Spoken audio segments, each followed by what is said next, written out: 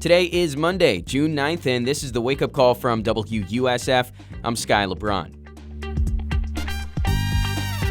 Today, you'll hear about a lawsuit that environmental groups are whipping up about staffing at the biggest manatee sanctuary in the world. And of course, it's in Florida. Plus, some Monday night events you can check out. But first and foremost, let's get to the news headlines.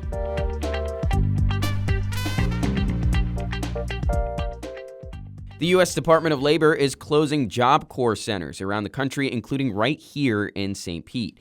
The center helps teens and young adults with job trainings along with housing and education. That leaves community organizations to fill some of the gaps, and it's one less resource for people ages 16 to 24 to turn to when they're in a tough spot. If you're a big-time Rays fan, there's probably been a small void in your heart since one of the franchise GOATs, Evan Longoria, got traded before the 2018 season. Well, your heart can officially be full again. He retired as a Ray at a pregame ceremony this weekend. He had plenty of highlights planned for Tampa Bay, including an epic walk-off homer in the final regular season game of 2011.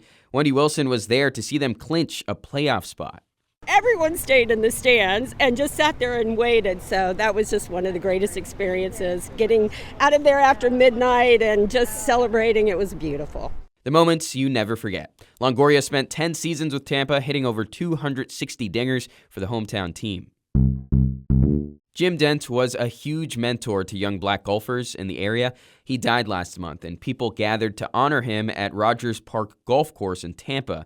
Lionel Ballard was Dent's longtime friend. Sit out there and hit shots for them and show them shots they couldn't hit, and he tried to teach them how to hit the ball high, how to hit the ball lower, how to curve the ball. So I really admired him for that because he took time to work with any kid that would walk up to him. Dent was also a part of Rogers Park First Tee program that introduces golf to kids. To honor him, First Tee of Tampa Bay announced two $10,000 scholarships in his name.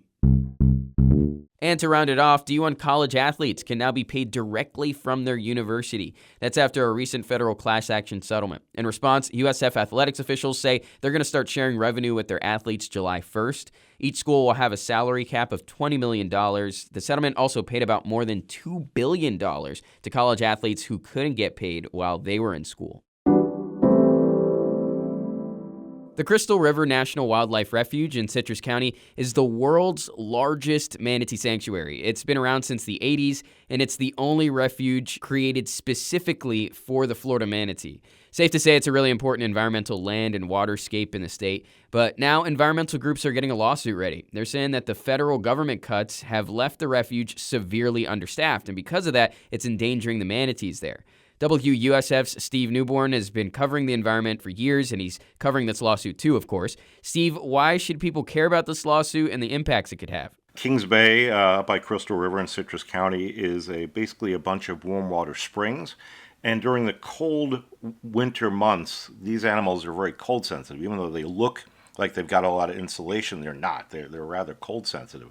So they flock to these springs during the wintertime. And what's happened is the recent bout of government cuts has cut 2 of the refuge's 8 full-time staffers. That's a big slice.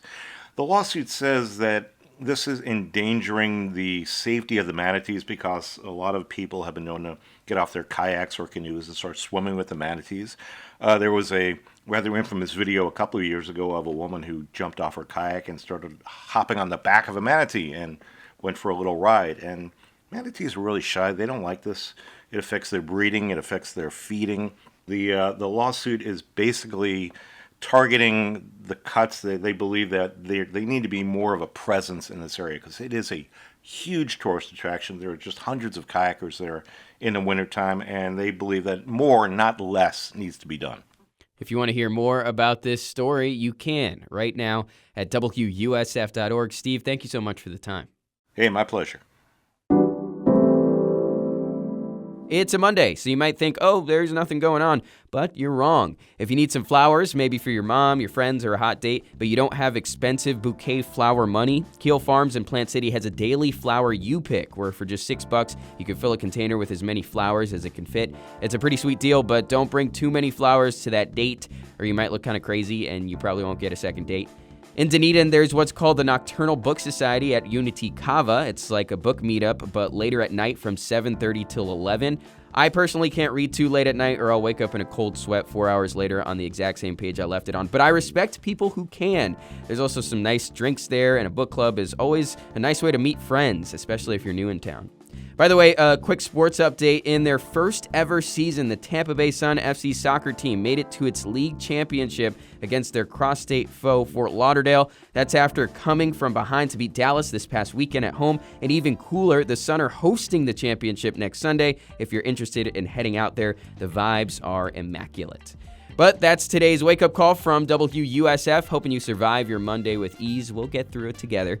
Here's a reminder to subscribe to the podcast. Follow it on your favorite podcast app. You can also listen to it right on the WUSF.org homepage. It updates every morning. We'll be back with a fresh episode Tuesday morning. Check it out at 7 o'clock.